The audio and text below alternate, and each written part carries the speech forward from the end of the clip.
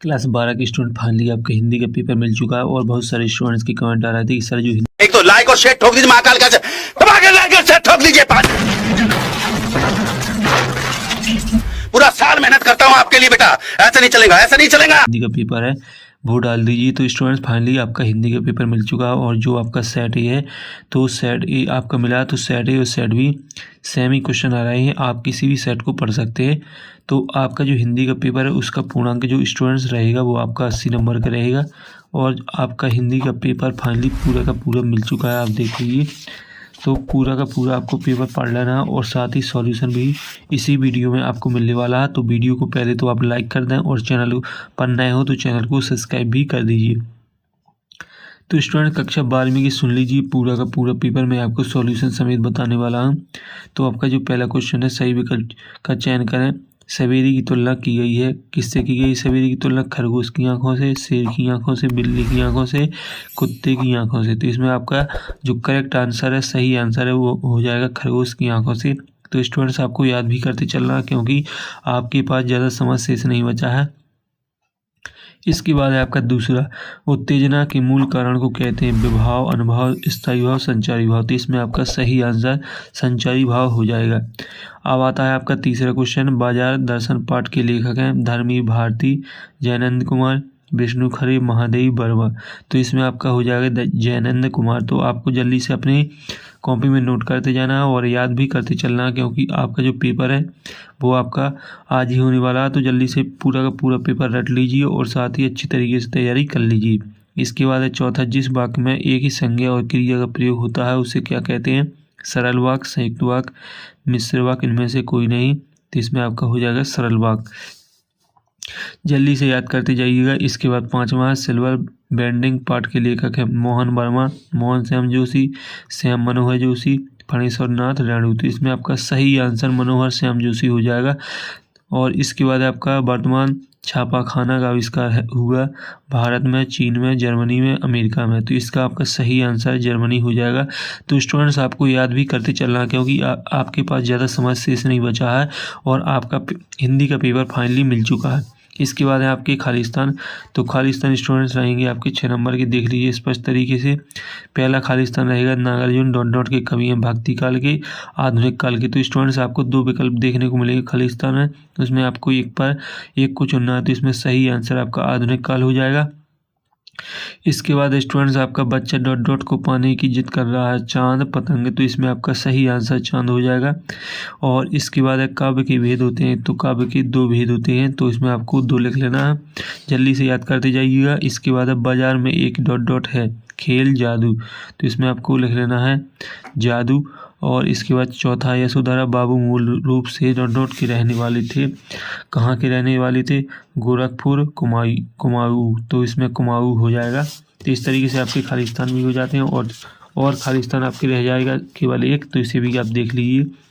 कहानी का केंद्रीय बिंदु डॉट डॉट होता है पात्र, कथानक। तो इसमें आपका सही आंसर कथानक हो जाएगा। अब आते हैं आपकी सही जोड़ी जो कि 7 नंबर की रहेगी, चित्रकार। तो इसका हो जाएगा चितेरा। तो इस तरीके से आपकी सही जोड़ी रहेगी। स्टूडेंट्स सही जोड़ी को भी आपको याद कर लेना क्योंकि आपके पास समय ज़्यादा शेष नहीं बचा है।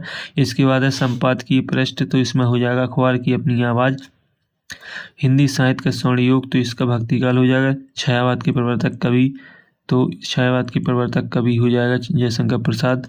और मस्ती का संदेश, तो हरिवंश राय बच्चन। चौपाई छंद 16 मात्रा, रामचरित मानस। तो इसका हो जाएगा महाका। तो इस तरीके से आपकी स्टूडेंट सही जोड़ी हो जाती है।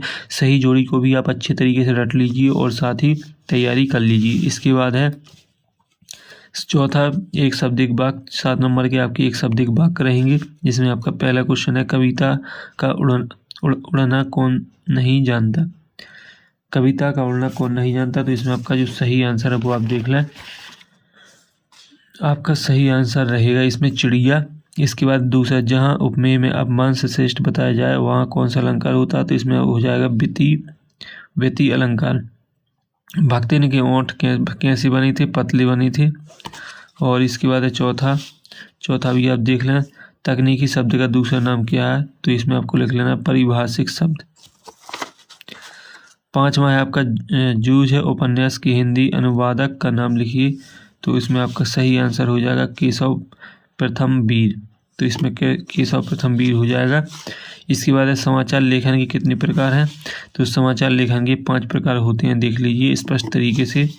और इसके बाद है निपात शब्द लिखिए। निपात शब्द क्या रहते हैं। तो इसमें आपको 5 शब्द लिखना है निपात। तो इसमें आपको लिख लेना तक, मत, क्या, हाँ, भी। तो ये आपके एक शब्द एक वाक्य के क्लियर आंसर हो जाते हैं। अब आते हैं आपके 7 सच जो कि रहेंगे 6 नंबर के, देख लीजिए। पहला आपका मधुशाला बच्चन की प्रसिद्ध कृति है। तो ये आपका सही है, देख लीजिए। पहला आपका रहेगा सही, पहला आपका सत्य रहेगा। इसके बाद आपका दूसरा भी आप देख लें। दोहा चौपाई का उल्टा होता है। तो ये आपका सत्य है, दूसरा। इसके बाद है आपका तीसरा भी आप देख लें। महादेवी वर्मा छायावादी कवित्री है। तो ये आपका सही है। फिर है लोहा लेना मुहावरे का अर्थ युद्ध करना। तो ये आपका गलत रहेगा, चौथा। सत्य है। जूझ कहानी गोदन उपन्यास का अंश है। तो ये भी आपका सत्य है। इसके बाद है आपका 6वां, कवि बच्चन मंत्री का बेस लिए फिरता है। ये आपका असत्य रहेगा। तो इस तरीके से आपके 7 सत्य रहेंगे। पहला सत्य रहेगा, दूसरा स्टूडेंट्स आपका सत्य रहेगा, तीसरा सत्य रहेगा, चौथा सत्य रहेगा, 5वां सत्य रहेगा, 6वां रहेगा आपका सत्य। तो इस तरीके से जो आपके स्टूडेंट्स बस 2 नेक्स्ट क्वेश्चन रहेंगे वो आपके कंप्लीट हो जाएंगे। और इसके बाद आते हैं आपके 2-2 नंबर के क्वेश्चन। तो जो आपके 2-2 नंबर के क्वेश्चन रहेंगे इनके सॉल्यूशन आपको टेलीग्राम चैनल पर मिल जाएगा। टेलीग्राम चैनल की लिंक जो रहेगी वो आपको वीडियो के डिस्क्रिप्शन में मिल जाएगी। वहाँ से आप पेपर का जो संपूर्ण सॉल्यूशन वो प्राप्त कर सकते हैं। तो आप 6वां क्वेश्चन को देख लीजिए। पद्य साहित्य से आप क्या समझते हैं, लिखिए। अथवा रीतिकाल को श्रृंगार काल क्यों कहा गया, लिखिए। 7वां है कवि संसार को अपूर्ण क्यों मानता है। और इसका अथवा कवि किस प्रकार के ज्ञान को भूलना चाह रहा। तो स्टूडेंट्स आपका अथवा का मतलब यह है कि आपको 2 में से 1 करना है। इसके बाद है आपका 8वां महाकाव्य की विशेषता लिखिए। और इसके बाद इसका जो अथवा रहेगा खंड काव्य की विशेषता लिखिए। 9वां है अभिधा शब्द शक्ति की परिभाषा लिखिए। और अथवा लक्षण शब्द शक्ति का उदाहरण सहित लिखिए। 10वां जीवनी आत्मकथा में अंतर लिखिए। अथवा नाटक एकांकी में 2 अंतर लिखिए। 11वां है आपका बारिश के न होने पर गांव की हालत कैसी थी। अथवा रहेगा काले मेघ पानी दे, लेखक का क्या तात्पर्य है। 12वां प्रश्न देखें राजभाषा की विशेषता लिखिए। क्षेत्रीय शब्द किसे कहते हैं, उदाहरण सहित लिखिए। 13वां प्रश्न देखें बिंब क्या है, उदाहरण के माध्यम से लिखिए। प्रेरक अनुभूति के आधार पर बिंब की प्रकार लिखिए। 14वां प्रश्न यशोधरा बाबू के चरित्र की विशेषताएं, सिल्वर बैंडिंग का आयोजन क्यों हुआ था। 15वां प्रश्न देखें एक अच्छे लेखन के लिए ध्यान देने योग्य कौन सी बातें हैं और पत्रकारीय लेखन के बारे में लिखिए। 16वां प्रश्न देख लीजिए। स्टूडेंट्स निम्नलिखित बिंदुओं के आधार पर सूर्यकांत त्रिपाठी निराला अथवा तुलसीदास का साहित्यिक परिचय लिखिए। तो आपको या तो सूर्यकांत त्रिपाठी निराला का साहित्यिक परिचय लिख लेना है या तुलसीदास, 2 में से किसी एक का। इसमें आपको 2 रचना लिखना है। कला पक्ष साहित्य में स्थान 3 नंबर का क्वेश्चन रहेगा। इसके बाद आपका 7वां निम्नलिखित बिंदुओं के आधार पर हजारी प्रसाद द्विवेदी अथवा जयनंद कुमार का साहित्य परिचय लिखिए। 2 रचना लिखना, भाषा शैली साहित्य में स्थान। इसके बाद रहेगा आपका 18वां क्वेश्चन अनुभव और विभाव अनुभव में अंतर लिखिए। आलम्बन विभाव उद्दीपन विभाव में अंतर लिखिए। 19वां आपका अपठित गद्यांश काव्यांश को पढ़कर नीचे दिए गए क्वेश्चन के आपको आंसर देना है। तो पहले आपको गद्यांश को पढ़ लेना है। इसके बाद जो इसके अंतर्गत 3 क्वेश्चन बनेंगे वो आप देख लें। तो 3 क्वेश्चन रहेंगे इसमें आपको गद्यांश का शीर्षक लिखना है, पर्व का असली उद्देश्य क्या है और परिमार्जित का समानार्थी लिखिए। तो ये सभी क्वेश्चन के आंसर आपको गद्यांश से ही मिल जाएंगे। इसके बाद इसका अथवा भी ये देख लीजिए।